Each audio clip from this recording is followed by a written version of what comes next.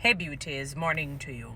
All right, beautiful people. So I am in the process of listening to the Prime Minister's 2024 budget debate speech. I'm probably 2 hours in, and 2 hours, well, let us say 1.5, because about 30 minutes when you go online, is about with ads and, different things as it relates to the budget before the presentation. So, I'm almost 2 hours into the whole thing, but really 1.5 in terms of the Prime Minister's debate. I'm at the section where he's talking about, Jamaicans should have access to beach, as citizens and so on. And, a clipping of it came on the news last evening. So I'm at that point. But I want to address something that the Prime Minister has said, and I'm obviously going to paraphrase. I'm not going to remember the exact wording. I could have written it down, but because, I was driving and whatnot. And I'm going to paraphrase, he was talking about, even with the successive governments, whether it is PNP, whether it is JLP, that when they do some sort of wage increase, salary increase, in about 2 years' time, you find that there is a wage freeze. Because, and for lack of a better word, I'm not saying he used this word, this is my choice, adverb, a sort of not so much frivolous, but maybe not thought out wage increase plan was put in place. I guess because they care about the public sector workers, they want to help them. They know that the salaries are not good, so they just do an increase. But when they don't, because they probably were not fiscally prudent, let us put it that way. I don't want to use the word responsible. In 2 years' time, you find that they see the uglies underneath coming to the fore because plans really were not put in place. And this time they want to be financially prudent, because Fitch has given them a pass, to say that economically the JLP government, the Andrew-led administration, has been doing well for the last few years. So it is not that they don't they're not hearing the cries of the public sector workers. It is not that he doesn't want to help the public sector workers. It's that they have to be fiscally responsible. They have to be financially prudent. They have to be wise like Solomon, because he made an inference as it relates to Solomon, who was the wisest man in his day. All right, Prime Minister, I do understand that. I am no financial guru. And finance is one of the biggest issues we have across the globe. It's not just synonymous to Jamaica, and I could literally say black people seem not to have grasped, unfortunately because of slavery, financial prudence, financial liberty, financial bliss. And I'm talking in droves. I'm not talking to one or two people who may be doing well financially now. So that's what I'm talking. I'm talking about the general crowd, the masses, the general populace across the globe, right? So you talk about, that this government is a government that don't borrow to help people, but you want to almost sort of create your own wealth to help the people and whatnot. All right, sir. As I said, I believe in the whole financial prudence. I am slowly trying to get understanding, almost like self-teach myself sort of a thing, while listening to people, learning as I go along life's way. My surmisation of all of the roadblocks that tend to happen after 2 years when there is a wage freeze. So when there's a wage increase, as you said, and it has to do with both with JLP and PNP, you did mention. One of the fundamental, or a few of the fundamental issues for me, it's brain drain. In terms of high-tech skilled people, we lack that in droves. In terms of critical thinking skills, whether you want to call it emotional intelligence, comprehension skills, mental ability, however you want to label it, we lack that in terms of the majority when we look at people both in the workforce and those not in the workforce. In other words, there are many people who have, for example, managerial positions who really shouldn't even be there. They should be at the clerk level.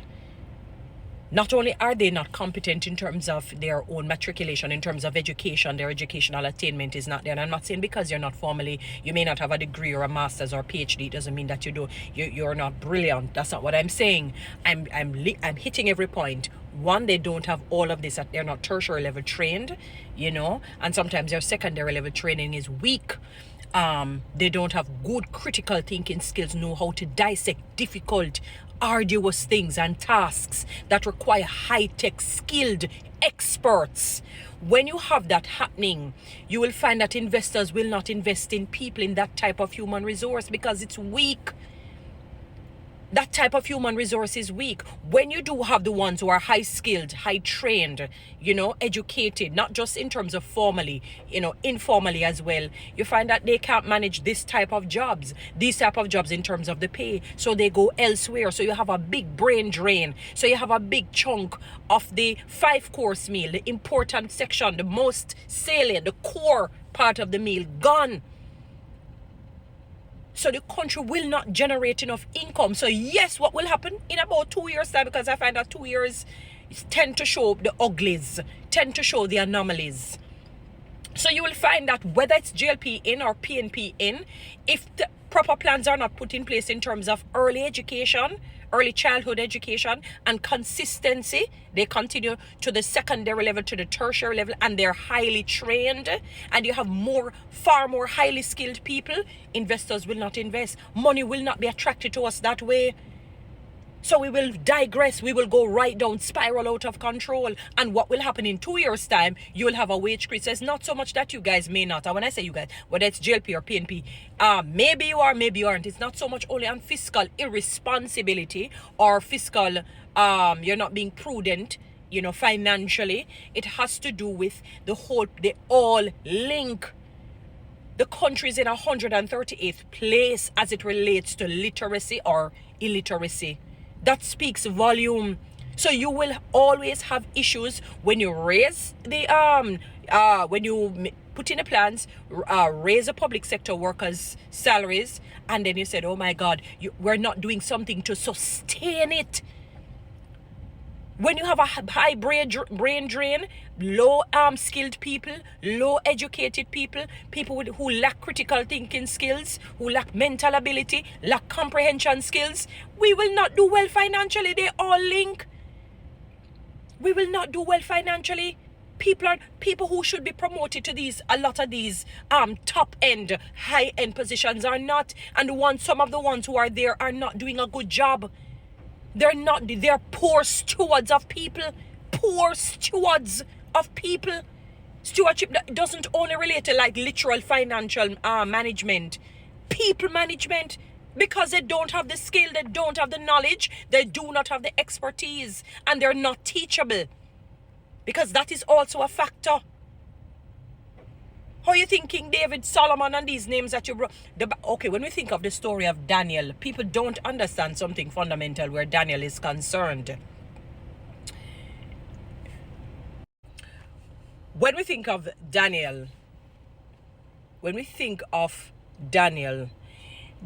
think it was in chapter 4, King Darius was pleased by his level of expertise and brilliance.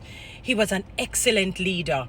All 4 of them were friends, Daniel, Shadrach, Meshach, and Abednego. Even though you see the story split, but they were all good friends, all skilled young men. When we check history tells us that they're probably 16, 17, thereabout. Very young men, skilled. And it says the people who were in supervisory position were jealous of him. Because King Darius didn't see whatever they felt they had to offer. But they didn't have it. Daniel did. And that is why they planned and plotted for him to be thrown into the lion's den.